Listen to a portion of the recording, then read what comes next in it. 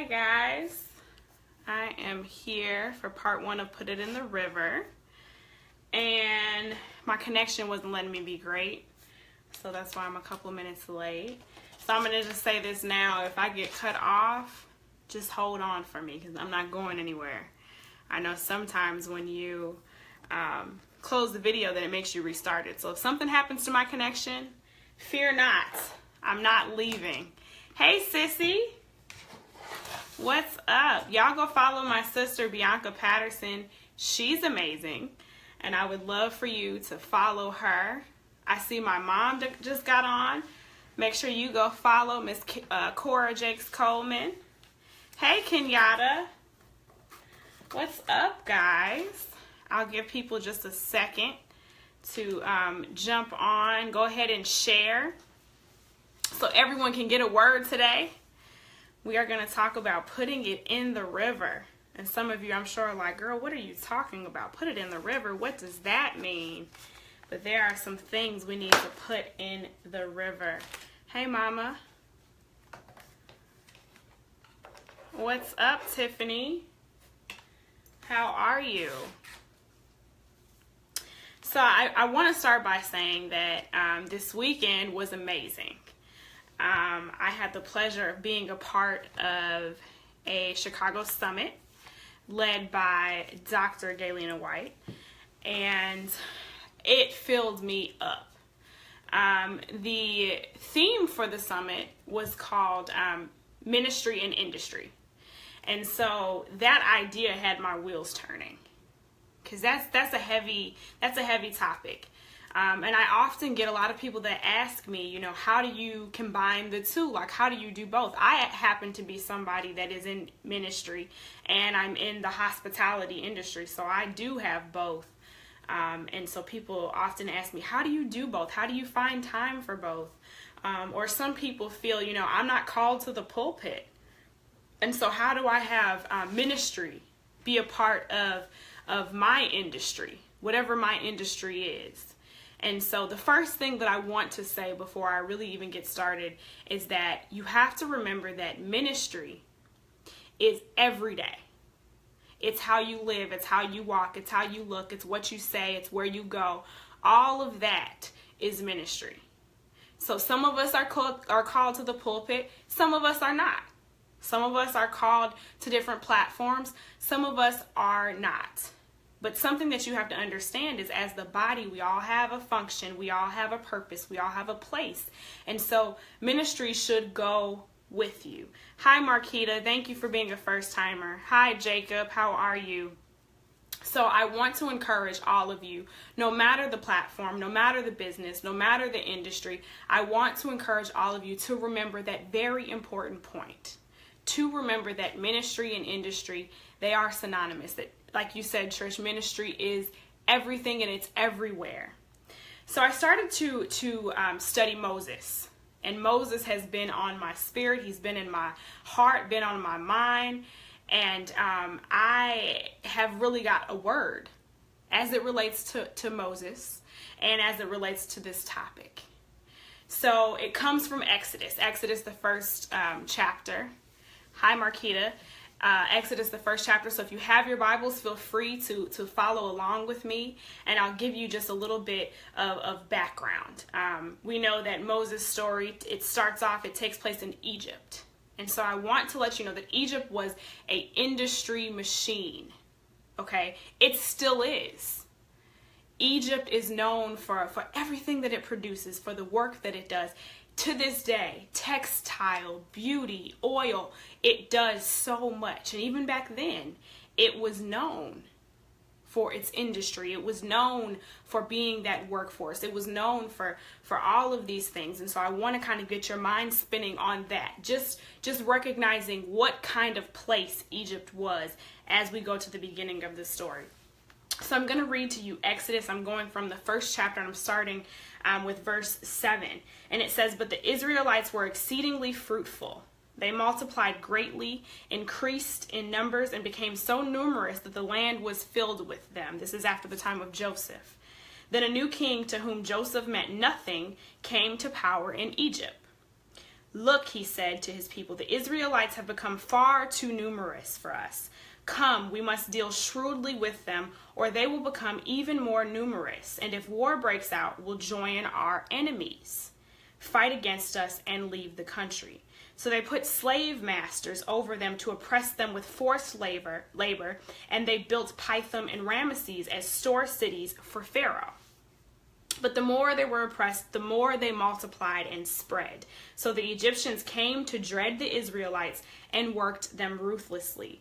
They made their lives bitter with harsh labor and brick and mortar, and with all kinds of work in the fields. And all their harsh labor, the Egyptians worked them ruthlessly. That's not as far as we're going to go, but I'm going to stop there just for a second. So I need you to understand that the slaves that Moses was called to free were a part of making this industry work. Okay, they were a part of making this industry boom. They were a part of the reason why Egypt was what it was. But the important thing for you to understand is that that industry was missing God. It was missing the ministry. It was missing the most important piece. It was missing the heart.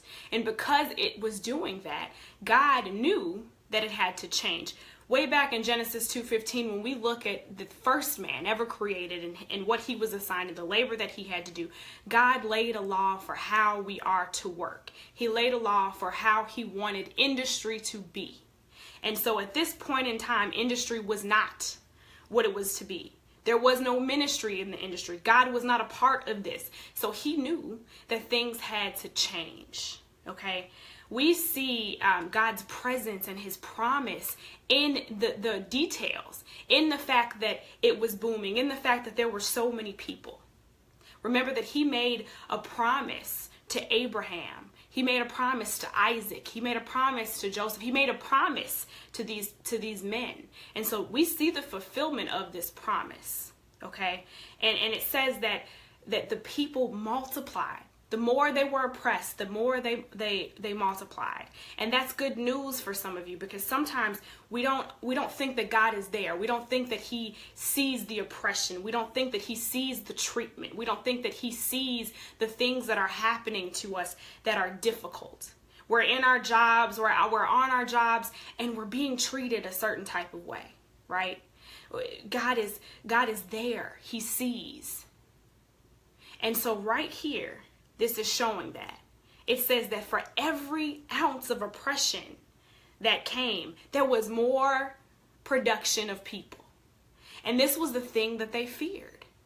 The very thing that they wanted to do was to try to lessen these numbers. They didn't want these many people there because it was a fear for them. They felt like they would overtake them. And so that very thing that they tried to do, God said, I got one better for you. I am going to create more. Okay, and that's something that some of you need to hear. You need to understand that he's there, he sees, he knows. Don't think that they're getting away with the treatment. Don't think that they're getting away with what they're saying and with what they're doing. Oftentimes, we get discouraged by destruction, right? And sometimes, promise is a funny thing. God gives us a promise. He tells us what it is that we're going to have. He shows us, right, this vision. He shows us this business. He tells us this thing. And it's funny because we tend to hang on the rainbow of the thing. Whatever the promise is, whatever the beauty is in that picture, that's what we hang on. We focus on the rainbow, we focus on the good thing, and we never quite consider that there has to be a storm for a rainbow. We never quite consider that there has to be some difficulty in the situation for the promise. We hang on the promise and we are discouraged by the difficult thing. You have to remember that God is not surprised by the difficult thing. Back in Genesis, and if you go to the 15th chapter, the 13th verse, God tells Abraham, "Know for certain that for 400 years your descendants will be strangers in a country not their own, and that they will be enslaved and mistreated there." He knew. He knew what was going to happen. He knew. He said, way back in Genesis, he said, Abraham, I'm going to tell you this right now. Your people, they're going to be enslaved in a country that is foreign to them. So sometimes when we go through these difficult things, hey, Khalees, hey, Linda, We go through these difficult things, and it's on the road to promise, right? We get discouraged because we don't think that God is there, or that maybe we were wrong. Maybe we heard wrong. There's no way that he would intend for these things to happen. There's no way that this difficulty would be happening if I heard him right. If I was right about the promise that he gave me, if I was right about the vision that I saw, then this difficult thing would not happen. And that is not always true. He was not surprised by this difficult thing. It was a part of the story. It was a part of the road. It was a part of the promise. He needed it to happen. Okay? He knew that oppression was going to come. He knew that all of these things were going to come. So as we proceed, if we go to the 8th verse, it says, a new king to whom Joseph meant nothing came to power in Egypt. That new king stuck out to me. It stood out to me. The new king. Have you ever considered the new king? We get new kings all the time. We have new kings and queens that come into position every day in the world of business, in the world of government, in the world of sports, in the world of entertainment. New kings in your industries, new kings in your churches, new kings in all these different areas. And sometimes we get we get a little confused. We get distracted by the new thing, not really considering the destruction that the new thing might bring.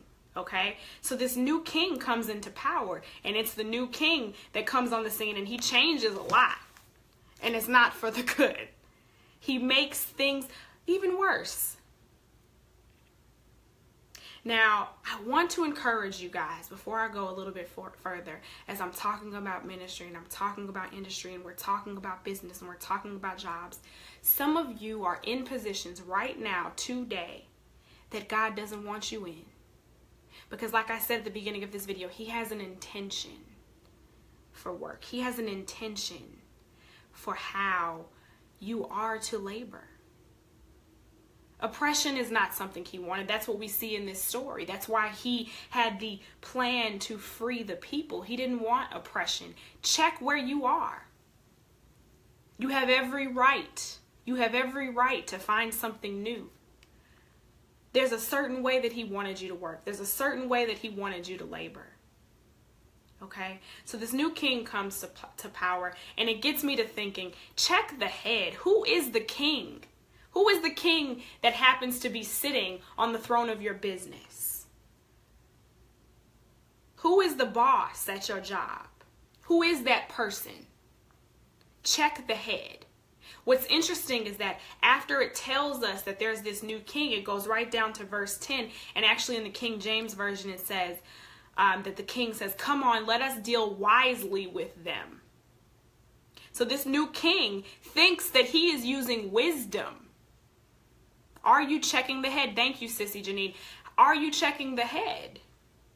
Because in his words, he says, let's be wise. Let's deal with them wisely. What this king considered to be wise is the very thing.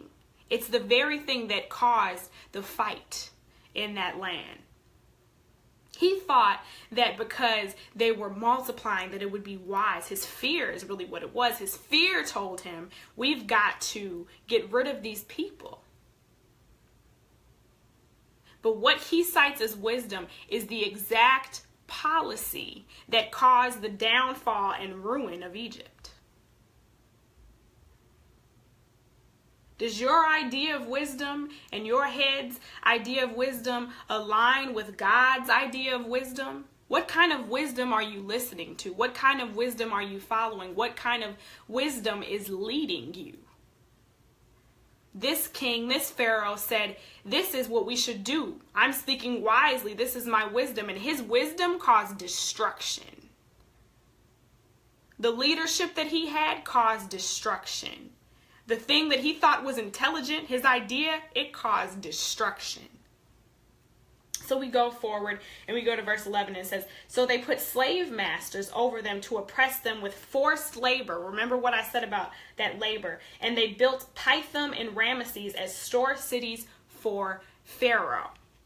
Now let me tell you, a store city was a beautiful thing. Okay, a store city is considered to have been a city that contained the fat. What do I mean by the fat? It took all of the things that were on reserve and it stored it up for a time when it was needed.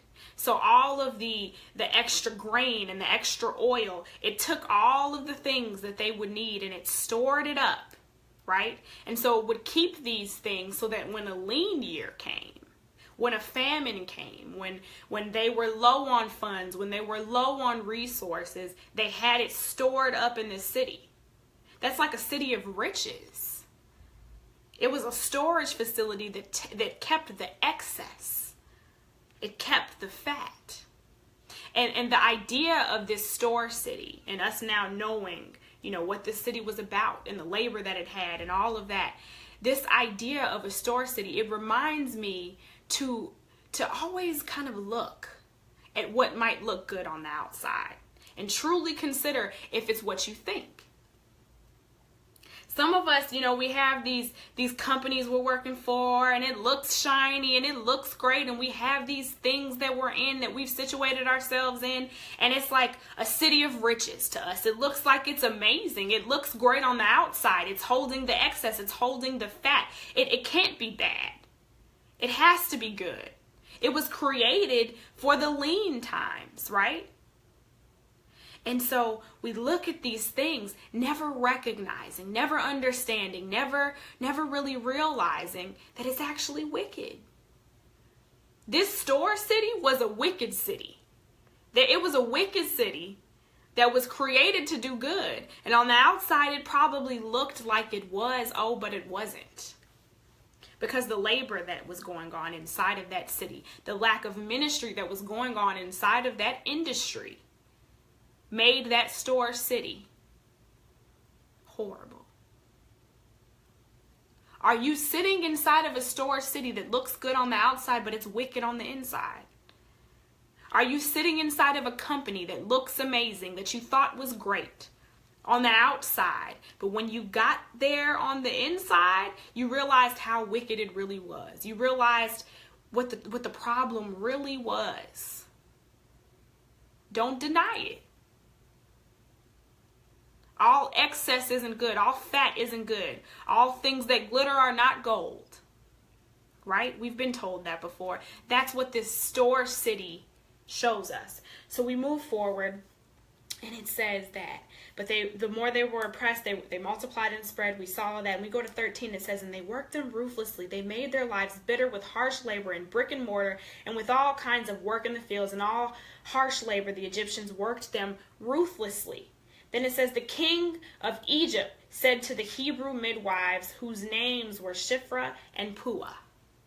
I want to stop there. So we saw Pharaoh introduced in 11, and we see them refer to him as king in 15, and depending on your text, it will change. You have Pharaoh mostly in the King James Version. But what I want to mention is that we hear Pharaoh, we hear king, but we never get a name. I need you to understand that Pharaoh and king are titles. They're giving the title. This is his job. This is what he does. This is his position. He has a title, but there was no name. Now, if you do research on this story, if you do a little background research on this story, you'll find all kinds of historians and people that studied this time, and historians and theologians. You will find that a lot of them have different arguments on who this person was. And even if you go back and you look at, they try to keep track of some of the people that were in leadership then, if you go back, it's debatable. It's debatable. So you'll see it could be this Pharaoh, it could have been this king, it could have been this Pharaoh, but they never name him. He's nameless. That's good news. That's good news to some of you, because I need you to understand that although it might seem difficult now, although that person that's oppressing you, although that job that's oppressing you, it might seem difficult now, when history looks back, they will be nameless. We won't even know their name. What's more is, like I told you, ministry and industry, they can be synonymous. They should be synonymous. God wants you to insert ministry in every industry that you're in. In everything that you do, there's got to be the heart of God in it. There should be ministry and industry. And that's your question, Sissy Janine. Yes, absolutely. There's ministry wherever you are, wherever you work. There should be. There should be. That's what you're supposed to do. right? I want to mention that Pharaoh and the king are not named. They only have a title. And I'm going to tell you exactly why. Because the only thing they were worried about was industry. So now when it's all said and done, the only memory that they get is a title, not their name. Could have been anyone. Could have been anyone. It was a king. It was a pharaoh. It was, you know, if he was in position, he was royalty. But we don't know who. It could have been anyone. It was the lack of ministry that caused there to be a result of only having a title and never having a name. Okay, so we move forward, and it says that the midwives, whose names were Shiphrah and Puah. Okay, so the midwives, there's a title. That's their position. That's what they do. That's the job that they have. The midwives' title is said, and then their name is stated. Their title and their name is stated. I need you to understand that Shiphrah and Puah are never mentioned again in text. This is the only time they are mentioned, right here in these couple of verses. That's the only time that you will see their name. But understand that clearly it was important enough to insert them with their title and their name. It was important enough, and I'm going to tell you why in just a second when I read on. It says, when you are helping the Hebrew women during childbirth on the delivery stool, if you see that the baby is a boy, kill him, but if it is a girl, let her live. This is what the king is telling them to do. The midwives, however, feared God and did not do what the king of Egypt had told them to do. They let the boys live. Let's read that verse again. The midwives, however, feared God and did not do what the king of Egypt had told them to do. They let the boys live. The proof is in the pudding. Directly after, hi Marie, thanks mama. Directly after, we hear the names. Directly after, we hear the titles. It says that these women, these midwives, they feared God. They didn't take what their boss said. They didn't take what the king said, the nameless king. They didn't take what he said and the mandate that he gave them because they knew who they served. They didn't serve him at the end of the day. That's not who's going to let them into heaven. That's not who's going to open the gates and say, good job, servant. That is not who they serve. And so that title that he has, it only goes so far. There's only so much I can do. When God steps in and tells me that this is not what I'm supposed to do, then what you said goes out the door. Yeah, you might be above me. Yes, you might have a position that is higher than mine. But I know somebody who has a position that is higher than you. And that person is who I serve. And so it says that they said they feared God. And because they feared God, they said, I am not doing this because I know it is not what I'm supposed to do. I know it is not pleasing to God. I'm not doing it. And because of that, we see their title and we see their name. That's commendable. The decisions that you make in your industries and in your ministries, the decisions that you make will determine if you are worthy of your title and your name when it's all said and done, or if it's just a title. You know, some of us, we vie for these titles. We fight for these titles. All we want is, I just want to be a manager. I just want to be promoted. I just want to have these things. Check your heart when you're doing that. Because as this text is showing us, those titles, when it's all said and done, they won't remember. Do you want people to remember you by your title, or do you want them to remember you by your name? I want to be remembered by my name. Listen, if the people at my job are watching, I love my job, okay? Great, thank you. I am a territory manager. Thank you. Praise God for the job. But let me tell you something. At the end of my life, I don't want to be remembered as the territory manager. That's not what I want to be remembered as. That's not, on my obituary, don't write territory manager on there. That's not what I want. If you're so consumed and concerned with the title, you can be nameless. Nameless. These women not only had their title, but they had their name. Hey, Tiffany. Hey, Ebony. That's right. Don't be title happy in the kingdom, because that's not what it's about. That's not what it's about. So I want to move forward, and we're going to get to where Moses is born, okay? And he's hidden. Now understand that the series of events that happened, it was necessary to talk about these women that did not listen to this instruction, because it prolonged the process, right? It was a part of the bigger picture. It was necessary. They held their position and their name of great importance, okay? It was important to them to be wonderful midwives who served God, who feared God, who served Christ. And because of this, the king had to take matters into his own hands. I want to point out to you that after all of this, when the king saw what they did and he realized that these boys were still living, he came to them and he said, what's going on? Didn't I give you a mandate? Didn't I tell you what to do? What's up? Didn't I say kill these boys? Isn't that what I told you? And the midwives told them, Hebrew women are not like Egyptian women. They are vigorous and give birth before the midwives arrive. They came up with a whole story, okay? Because they said what's not going to happen is your order going to mess me up. Okay, so they came up with a whole story. And it said, so God was kind to the midwives, and the people increased and became even more numerous.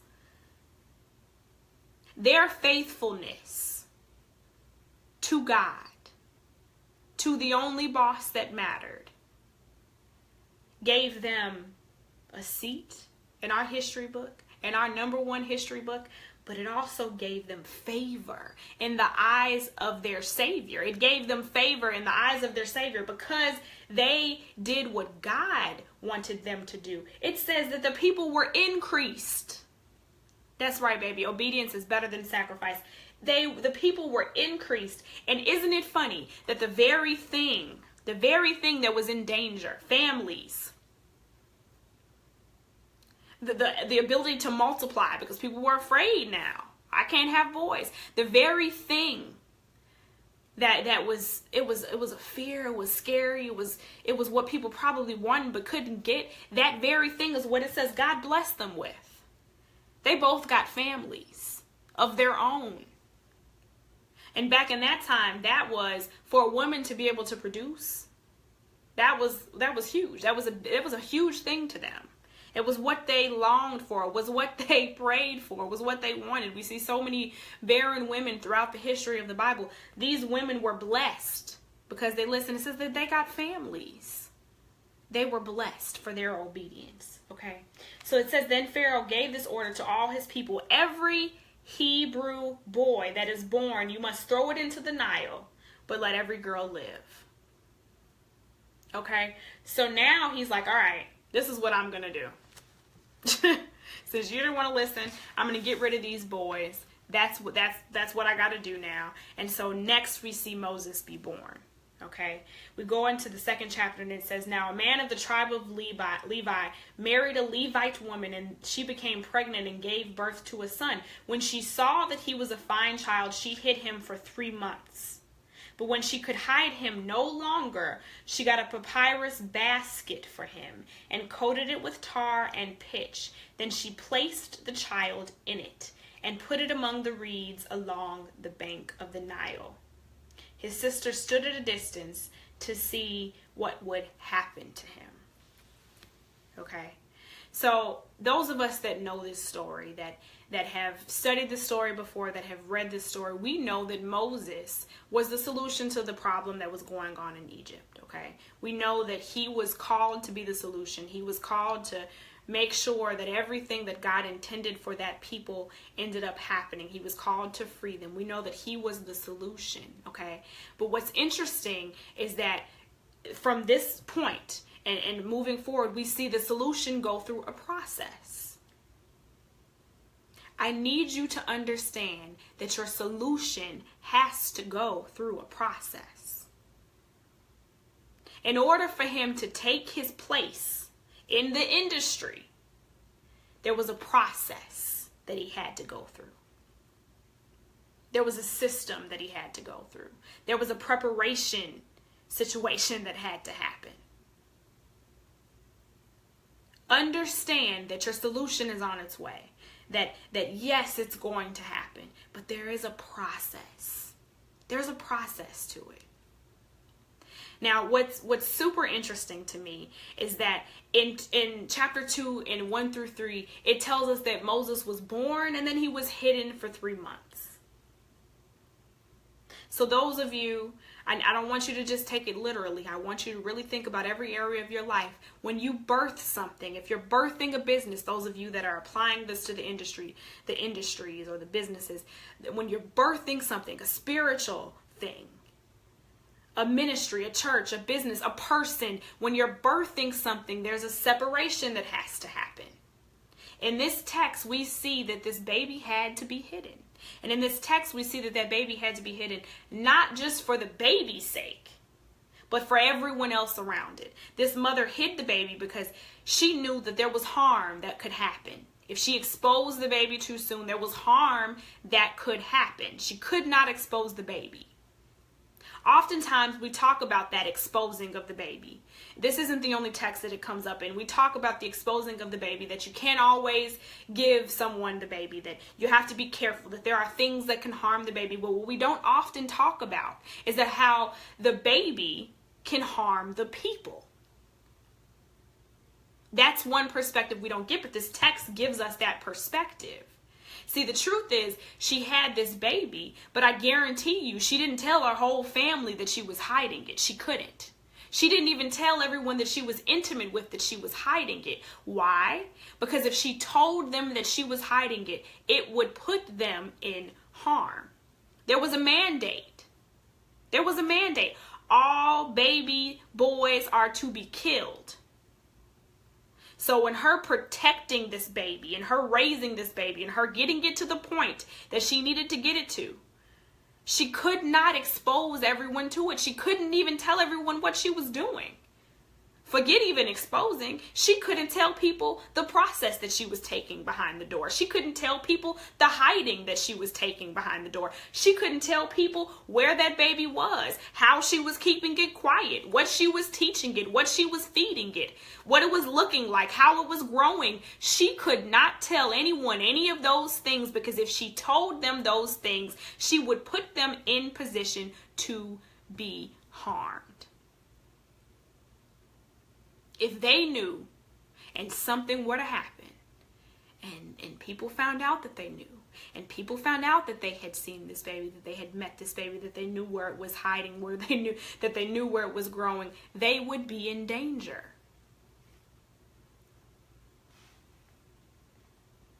So I need all of you to understand that that baby, it has a process. When you birth that baby, you might have to hide it. You might have to protect it for a while before you expose it to anyone. Protect yourself, protect that baby, and protect other people. So we fast forward. The 3 months are over. And now it is time for her to take this baby. She says, all right. She tells her daughter, you got to put this baby in the river. This is where it gets good, y'all. And I want you to know that this is a 2-part series. So I'm not going to be here long. You got to come back next week for the rest. But she puts this baby in this basket. And she says, all right, now put it in the river. Now, I want you to have a little bit of understanding on this river. The river is the Nile River. The Nile River is said to have been one of the, if not the longest rivers. At that time, it was the longest river. Now, some people argue that it's possible that it's the Amazon. But between the two, regardless, it's either the first or the second longest river. It's a very, very long river. And this river was a northeastern river in Africa. And it was said to be a river that connected 11 countries. So it was an international river. Can you even imagine a river that long that connected so many industries? Can you even imagine putting your baby in that? and hoping that the baby's going to be okay. Now, I need you to understand something. This baby, I want it to be representative of that thing in your mind, that baby that you're birthing, that ministry, that business, that industry, that idea, okay? That person that you're birthing. And I want you to think, as I'm explaining this to you, I want you to think of exactly what that means for you, okay? So now, if I put this baby in this long river, imagine what that looked like to her. How far it was, it's water as far as she could see.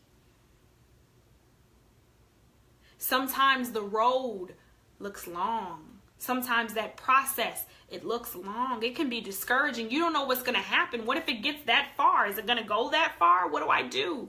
Sometimes it looks that long. That can't stop you from putting that thing in the river. And then let's talk about what was in there. Undoubtedly, there were animals and all kinds of things that could have harmed the baby. Okay, germs, all kinds of insects, probably stuff that we don't even have here anymore. Okay, things that we've never seen. And all of these things could harm the baby. Like, that's right, baby, crocodiles. I mean, I'm putting this thing in the river, and I am believing God that he's going to protect it from all harm. I'm believing God that no matter how long this baby is going to stay in this river, no matter how long this process is going to be, that it's going to be okay. How many of you put your baby in the river believing God? That's right, like my mother says, faithing it, believing that it doesn't die. Exactly. Believing that it will live. Believing that it's not harmed. Believing that no matter what it goes through in the process, that it's going to come out okay. Now, I want you to consider that the river it's a channel that holds water. And biblically, water has several representations for us. It's used metaphorically to symbolize troublesome times in life. If you go to Psalms 32:6 or 69:1-2, you can find an instance where it uses water to describe a troublesome time in life. In some contexts, it's used as a stand against an enemy. It's a stand to overcome. You can find that in 2 Samuel 22:17-18. Sometimes it's used to explain salvation and eternal life, and you can find that in Isaiah 12:3 or John 4. Sometimes it's a spiritual cleansing. You can find that in Ezekiel 36:25 or Ephesians 5:26. Streams of living water that flow through us individually. Okay, that's in John 7. These are all the things that water is.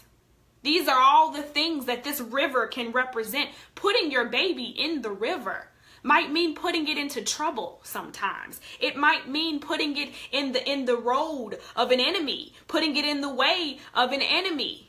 It might mean putting it in a position where it can be attacked, where it has to learn to overcome. It might mean putting it in the position to have salvation and eternal life. It might mean putting it in the water for spiritual cleansing, for a renewal, for a refreshing. It might mean putting it in the water so that streams of living water can flow through it. That's why you have to put it in the river. Despite what it looks like, despite what you see with your natural eye, you have to put it in the river.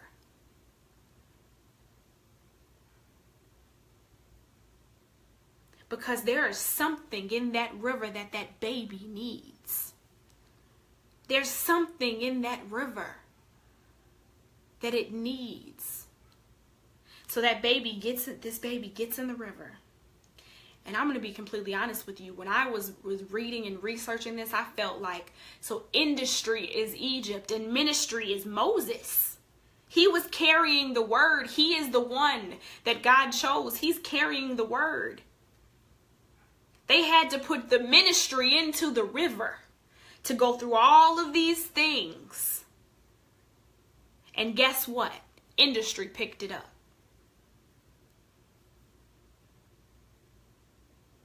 You continue to read the text and you find that Pharaoh's daughter goes to that river to bathe. And she takes with her her servants. And she sees this basket and this baby. And she says, go get the baby out of the river. They pick that baby up. And guess who's standing there watching? The person that put it in. Sometimes you got to put that baby in the river and you got to stand back and you got to watch that thing move. You got to watch that thing flow. You got to watch it float. You got to test it out. You got to let it go. You got to pray. You got to release. And sometimes all you can do, you can't get in there with it. You can't swim with it. You can't protect it. You got to let that thing go by the faith that is in you. By the faith, you've got to let it go and you've got to watch it. And you got to pray that the right hands pick it up. The right hands picked that thing up. It was God's intention. He said, put it in the river. And because that baby was in the river, Pharaoh's daughter came, saw that baby, picked that baby up. And guess what?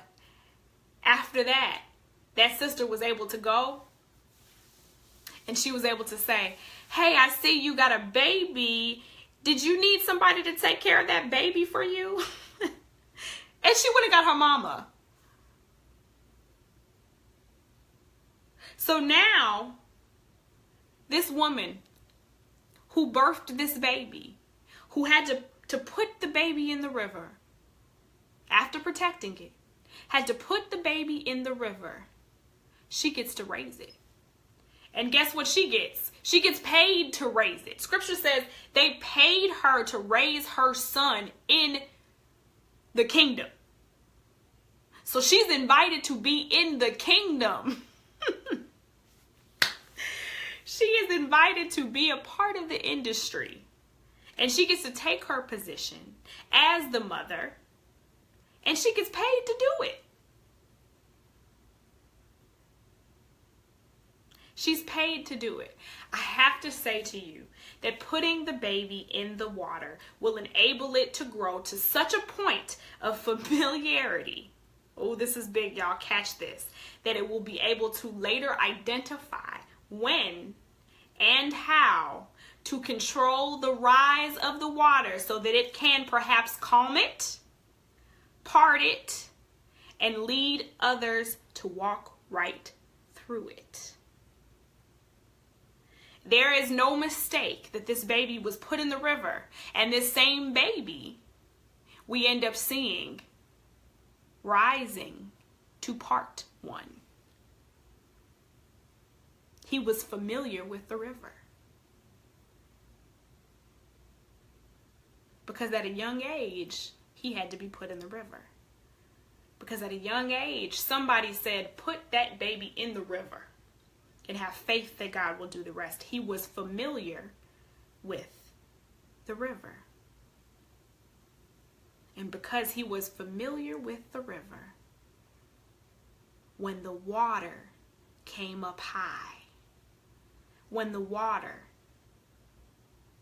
looked like a scary thing, when the water came to them and it looked like, how are we going to get through this? This is difficult. I don't understand. When the water came, he knew what to do with it because he was familiar with the river. That's right, Mama. Is your ministry familiar with the river? Are you familiar with the river?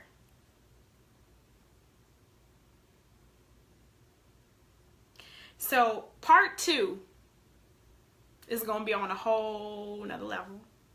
I hope that you enjoyed part 1. I want to wrap up part 1 with just giving you a little bit of insight, because I told you that ministry and industry, right, that they're both needed together, right, that there can't be a thriving industry without the ministry. I want to encourage some of you just through the different positions that you see throughout this text. Because some of you, like I said at the beginning of this, some of you have a job, you have a career, you have a position, you have a situation, you're in an industry, and you don't understand. Like, you feel as though, am I ministering? Like, how can I make this ministry? And you see people on other platforms. You see people in other situations. You see people in these things that look glamorous, in these positions that look high and mighty to you. And so when you look at what they're doing, sometimes you compare it to what you're doing and you think, this isn't big. I'm not really doing anything. I mean, look at what she's doing and look at what I'm doing. It just looks so small. I need you to be encouraged, because every single part of this story had a small piece that was necessary in order for it to happen the way that it did. The midwives, they were a necessary part of this picture, right? The basket was a necessary part of this picture. I'm pretty sure the person that made the basket was sitting there making the basket and thinking, I'm just a basket maker. I mean, this ain't gonna do nothing, but they might carry some bread in here. They might put a little fruit in here. They might use it for shopping. But that basket weaver was a part of this story. If it wasn't for the basket, they couldn't have put it in the river. Those maid servants that were with that Pharaoh's daughter, and had to go and pull that baby out. They were just serving. They didn't know that they were going to be used to be a part of history, that it was their job. It was their job that caused them to be in position to pick that baby out of the river that was going to free them. Do you understand that it freed them? Their position was needed so that they could go pick up the very thing that was going to free them. Even that daughter, she was born into it. She had her position, but she had a heart. She had to see this baby and feel how she felt and decide to take it as her own. That's right, Kimberly. Don't downplay what you're called to do. Every single thing that you are called to do is a part of a bigger picture. Put it in the river. Put it all in the river. And understand that everything works together. So listen, this word is yet and still on my heart, and I am yet and still studying, and I've already prepared for next week, but I promise you, in between today and next Tuesday at 8 p.m., there's going to be even more revelation, because God is working heavy with me on this topic, and I am very serious about it. So I pray that each and every one of you comes back next week on Tuesday at 8 p.m. for part 2 of Put It in the River. And I want to connect with you guys. If I have not connected with you already, please connect with me at herstorylives.com. I have a wonderful Leap Retreat that's coming up right here in Austin, Texas, March 8th through the 10th. And Cora Jakes Coleman, who you've seen right here on this video, as well as Real Talk Kim, Bianca Patterson, she gave a phenomenal word this weekend. I need you to understand, okay? Bianca Patterson, Relicia Brumfield, who you've also seen on this video, Erin Elise, Misty Early, all of them are coming to be midwives for your moment. We're going to bridge to birth right there at Lakeway Resort in Austin, Texas, and I want you guys to be a part of it. It is open right now for registration. You can go to www.herstorylives.com. I think my mother just put it up. You can go there and you can get your registration that way. And then on top of that, you can connect with me through the Mary and Elizabeth Network. I have a network of women from all over the world who have decided that they want to be accountability partners for one another. It is based off of the story of Mary and Elizabeth that you can find right there in your text. And it is a phenomenal network. So if you just feel like you need an accountability partner, you need a sister, you need someone that you don't know that's unbiased, that can give you an opinion, that can lend you their heart, that can lend you their ear, we have someone for you. And what's amazing is all these women that are joining, hopefully they're going to be at the Leap Retreat. So you get to meet your partner when you come to the Leap Retreat and be a part of that as well. I also want to connect you to www.herstorylearns.com. My husband just put that up. That's my school. I have a school where I teach a group of women. Right now, I actually just finished my class yesterday. It ended yesterday. We had a class called Your Story Lives, and the class was amazing, and it was wonderful. It was a great experience. And so my next class is called Finding Your Fit, and that class is completely focused on women and finding their fit in ministry, because there's a lot of questions that come with that weight. There's a lot of questions that come with, what can we do? What are we supposed to do? What did God say? How did he call us? And then, one of the biggest things that we question are those letters, those dang letters that Paul wrote. And people are like, I don't really like Paul that much because the stuff that he had said about me, I'm not. But I'm going to break those down for you because, to be honest with you, our brother Paul, he supported us more than you think. So we're going to talk about those letters, and I'm going to help you find your fit based off of what God says about you, what God believes about you, what he sees in you. I'm going to assist you with finding your fit. So if you'd like to register for that class, registration is now open. It begins at the end of August, and you can find it, like I said, on www.herstorylearns.com. And that class is $25, and it is a month-long class. And if you're worried about your, availability, I want you to know that I do my sessions live on the class website. However, if you're not free, if you're working, they're always recorded, so you can always work and watch at your leisure. So feel free. Your schedule is going to is not going to be an issue. So if you want to join that class, go to herstorylearns.com, and you can do so there. There are still some spots available for that. Lastly, I would like to invite you to check my husband and I out on www.hispointherview.com. He and I have done some videos I'm sure you've seen as well on Facebook, and also you can find them on YouTube. And we just love couples, and we love love. So we have been very transparent about our journey, very transparent about our relationship. And God tends to download different messages for us, just for you. And so we give that. And it's not just for couples. It's for singles. It's for the individuals that are on the road, that are looking for love, that, are in their waiting period, or are happy being single and just need some support for where they are. And so you go to hispointherview.com, and you can connect with us there. We also have a devotional that has just been released, and actually they're mailing out this week, those of you that did your pre-order forms, and we're so excited.